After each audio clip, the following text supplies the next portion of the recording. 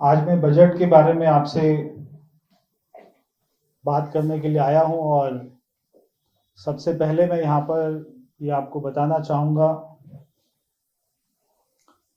कि दिल्ली भारत की राजधानी है। बहुत सारे काम, बहुत सारी योजनाएं हमको भारत सरकार के सहयोग से यहाँ पर प्राप्त होती हैं। जैसे कि सबसे बड़ा उदाहरण है दिल्ली पुलिस।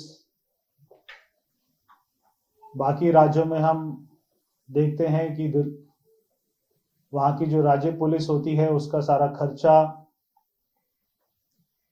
वहाँ का सारा एक्सपेंडिचर, उनकी सैलरी वहाँ की राज्य की सरकारों को देना पड़ता है। मगर दिल्ली में हम क्योंकि राजधानी है, यूनियन टेरिटरी है, तो ये बहुत बड़ा जो खर्चा है वो हमको भारत सरकार से पूरा 100% इसमें प्राप्त होता है। और उसी के साथ में डीडीए है, एनडीएमसी का पूरा क्षेत्र है, दिल्ली में हाईवेज हैं, दिल्ली में बहुत सारे काम हैं जो भारत सरकार की मदद से होते हैं। पिछले 11 महीनों में जो सबसे बड़ी उपलब्धि मैं मानता हूं दिल्ली में जो हुई है कि दिल्ली में कोई भी झगड़ा नहीं है। सारे झगड़े दिल्ली के समाप्त हो चुके हैं। पहले की सरकारों के साथ जो हमारे से पहले 3 बार दिल्ली के मुख्यमंत्री रहे अरविंद केजरीवाल जी, बात बात पर सड़क पर लेट जाना, धरना करना, दिल्ली के उपराज्यपाल महोदय के घर पर बैठकर कई दिनों तक हड़ताल करना, और ना जाने कितनी बार उन्होंने ये सारा ड्रामा किया। इससे अरविंद केजरीवाल जी को तो नुकसान हुआ ही, मगर दिल्ली को बहुत बड़ा नुकसान हुआ कि 11 साल उन्होंने दिल्ली में कोई भी विकास का काम नहीं होने दिया। पिछले 11 महीनों में आपने देखा होगा कि कोई भी काम भारत सरकार की वजह से या हमारे जो पड़ोसी राज्य हैं उनकी वजह से दिल्ली का नहीं रुक रहा है। सारे कामों को गति मिल रही है। सारे पुरानी एनओसी हमको जो दूसरे राज्यों से मिलनी थी, चाहे वो कैनाल के ऊपर हो, चाहे वो सड़कों के ऊपर हो, तो ऐसी एक भी फाइल आपने नहीं सुना होगा या मीडिया की कोई नहीं छापा होगा कि कोई भी फाइल कोई भी कारण से अटक रही है। ये दिल्ली में ये दिखाता है कि दिल्ली अब आगे बढ़ रही है। दिल्ली में सारे रुके हुए काम अब वो पुनः शुरू हो गए हैं। और 2047 में जहां पर भारत विकसित देश की तरफ में आगे बढ़ रहा है, उसी दिशा में दिल्ली भी विकसित दिल्ली की तरफ में आगे बढ़ रही है। जहां पर पूरी दुनिया में इकोनॉमी की हालत खराब है, वही हमारे प्रधानमंत्री जी का मैं धन्यवाद देता हूं, उनकी सोच का धन्यवाद देता हूं, उनकी नीतियों का धन्यवाद देता हूं कि उन्होंने देश को ना केवल कोविड के सिचुएशन में संभाला, बल्कि हर इकोनॉमिक फ्रंट पर उन्होंने देश को पूरी दुनिया में सबसे आगे लाकर खड़ा किया।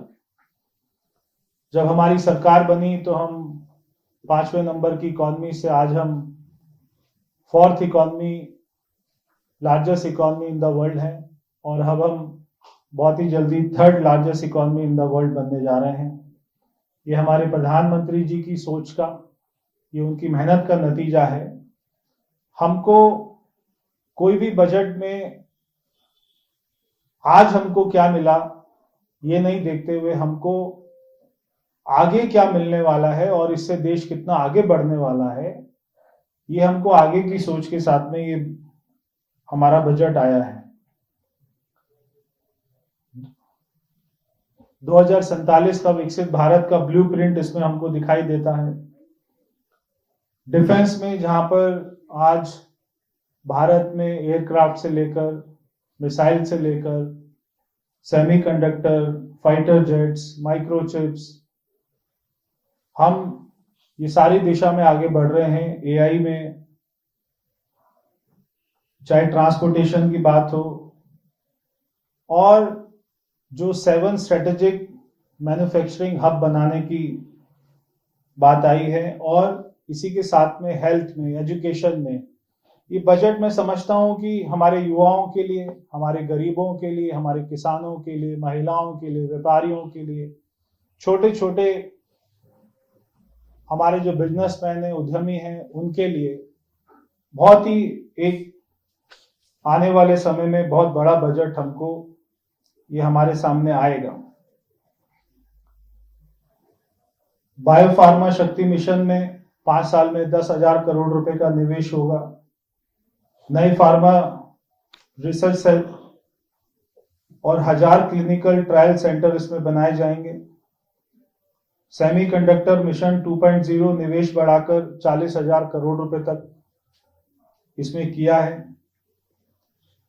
नई यूनिवर्सिटी, 3 नए एम्स, आयुष एम्स हॉस्पिटल जो हमारे फाइनेंस मिनिस्टर ने कहा कि पूरे देश में खोले जाएंगे। नए खेलो इंडिया मिशन, स्पोर्ट्स में पीछे के 11 सालों की अगर मैं बात करूं तो बहुत बड़ा कीर्तिमान हमारे देश ने स्थापित किया है। 15 नए विरासत स्थलों का पर्यटन विकास, डिजिटल नॉलेज ग्रिड की शुरुआत, 500 जलाशयों और अमृत सरोवर का विकास। इसमें दिल्ली में भी बहुत सारे ऐसे पॉन्ड्स हैं, ऐसी वाटर बॉडीज हैं जिसको इसमें शामिल किया जाएगा। दिव्यांगजन कौशल योजना, ना केवल उनको पढ़ाई से बल्कि सीधा रोजगार से उनको जोड़ने के लिए। मानसिक स्वास्थ्य सेवाओं में विस्तार, निम्हैंस जो हमारा नेटवर्क है उसका विस्तार होगा। हाई स्पीड रेल का औद्योगिक कॉरिडोर, इसमें दिल्ली से वाराणसी का पूरा कॉरिडोर, कार्बन कैप्चर तकनीक के लिए 20,000 करोड़ रुपया, एमएसएमई ग्रोथ फंड के लिए 10,000 करोड़ रुपया, नया टैक्स सिस्टम फेसलेस ताकि लोगों को परेशानी ना हो।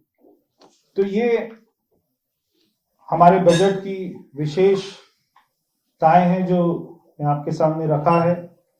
दिल्ली को 1348 करोड़ रुपया जो हर साल मिलता है वो इस साल भी मिलेगा। पीछे हमको 805 करोड़ रुपया रोड्स के लिए मिला था, और इस बार हमने 1200 करोड़ रुपए के लिए हमारी सारी योजनाएं तैयार हैं। वो हम भारत सरकार से सीआरआईएफ में लेंगे 2026-2027 के लिए। सास की जो स्कीम्स है, special assistance to states for capital investment, इस बार 1.5 लाख करोड़ से बढ़ाकर 2 लाख करोड़ रुपए उसको किया गया है। तो इसमें निश्चित ही जो इंक्रीज हुआ है उसमें दिल्ली को बहुत बड़ा फायदा मिलेगा। रेलवे के लिए दिल्ली के लिए 2,711 करोड़ रुपया हमको इस बार मिलने जा रहा है। अगर मैं आपको फिगर बताऊं कि हमसे पहले, मोदी सरकार से पहले जो सरकार थी कांग्रेस की 2009 से 2014 तक, तब हर साल दिल्ली को रेलवे के लिए केवल 96 करोड़ रुपया एक साल में मिलता था। आज वो 96 करोड़ से 2,711 करोड़, तो यानी कि 2800% इंक्रीज आज हमारे दिल्ली को मिलेगी। इसमें बहुत सारे जो हमारे रेलवे स्टेशन है उनका नया, और आपने पीछे पिक्चर्स भी देखी होंगी कि अभी नई दिल्ली रेलवे स्टेशन हो, पड़पड़गंज हो, बिजवासन हो, ये जितने भी हमारे दिल्ली में रेलवे स्टेशन है और रेल लाइन के आसपास में जितना भी रोड है, जितना भी एरिया है, उनका पूरा डेवलपमेंट, तो वो भी।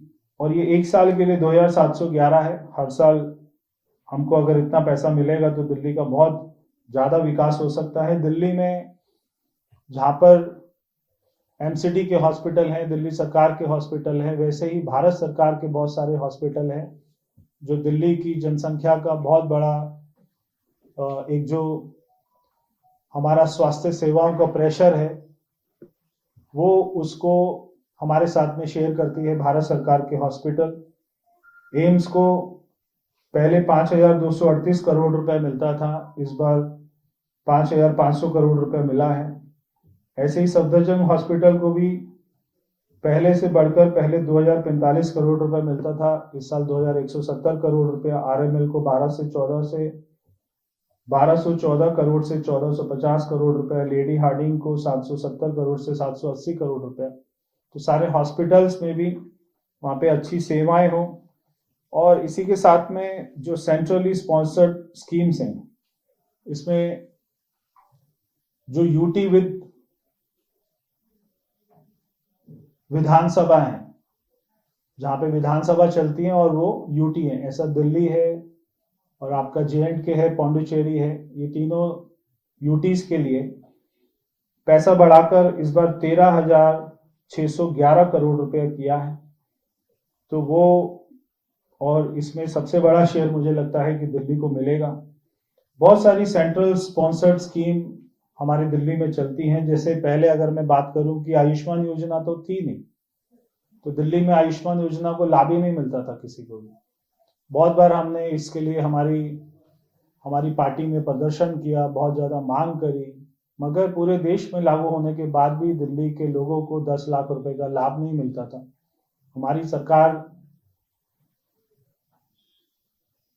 हमारी सरकार बनते ही 11 महीना पहले जो सबसे पहले घोषणा हुई वो आयुष्मान योजना की हुई। सारे दिल्ली के लोगों के कार्ड बनना शुरू हुए, उनको इसका लाभ मिलना शुरू हुआ। तो एक एक आदमी को 10 लाख रुपए तक का मेडिकल का लाभ ये मिलना शुरू हुआ। ये हमारी सरकार की सबसे पहली और बड़ी एक जो है हमारी विजय थी। तो बहुत सारी और भी स्कीमें, जैसे PM सूर्य घर मुफ्त बिजली योजना, आयुष्मान भारत, PM जन आरोग्य योजना, PM कौशल विकास योजना, स्कॉलरशिप स्कीम्स, PM स्वनिधि योजना, स्टैंड अप इंडिया, मुद्रा लोन, जन औषधि योजना, ऐसे बहुत सारे स्कीम्स हैं सेंट्रल गवर्नमेंट की जो दिल्ली में वो पहले की सरकार जो थी केजरीवाल जी की, वो इसको लागू भी नहीं होने देती थी और इसका पूरा यहाँ पर विस्तार नहीं हो पाता था, लोगों को फायदा नहीं मिल पाता था। मगर हमारी सरकार बनते ही भारत सरकार की सारी स्कीम जो पूरे देश में कोई भी राज्य में चलती है, आज वो दिल्ली में भी उतने ही उत्साह के साथ चलती है और लोगों को इसमें बहुत बड़ा फायदा भी होता है। तो ये, और अगर मैं इसके अलावा बात करूं तो चाहे पानी के लिए है, चाहे रोड्स के लिए है, चाहे ये जितने भी काम है, जैसे हमको चंद्रावल वाटर ट्रीटमेंट प्लांट के लिए 380 करोड़ रुपए मिला। तो ऐसे जितने भी वाटर ट्रीटमेंट प्लांट हैं, STP प्लांट हैं, या लोगों के घर में सीवर, तो जल बोर्ड में हमारे बहुत सारे ऐसे काम हैं जिसमें हमको भारत सरकार से पैसा मिलता है। हम उनको समय समय पर स्कीम बनाकर भेजते रहते हैं। जैसे जैसे हमको रिक्वायरमेंट आती है वैसे वैसे स्कीम बनाकर भारत सरकार को भेजते हैं और हमको हर बार वहां से पूरा सहयोग मिलता है। पानी के लिए, सड़क के लिए, फ्लाईओवर बहुत सारे ऐसे होते हैं। जैसे हमारी सरकार बनते ही हमने मुल्का रोड के सामने जो रोड था, नेशनल हाईवे है, उसको हमने NHAI को ट्रांसफर किया। ऐसे ही आश्रम से फरीदाबाद रोड को NHAI को ट्रांसफर किया। तो बहुत सारी रोड है जो हमारी स्टेट के साथ में, आसपास के स्टेट के साथ में कनेक्टेड है।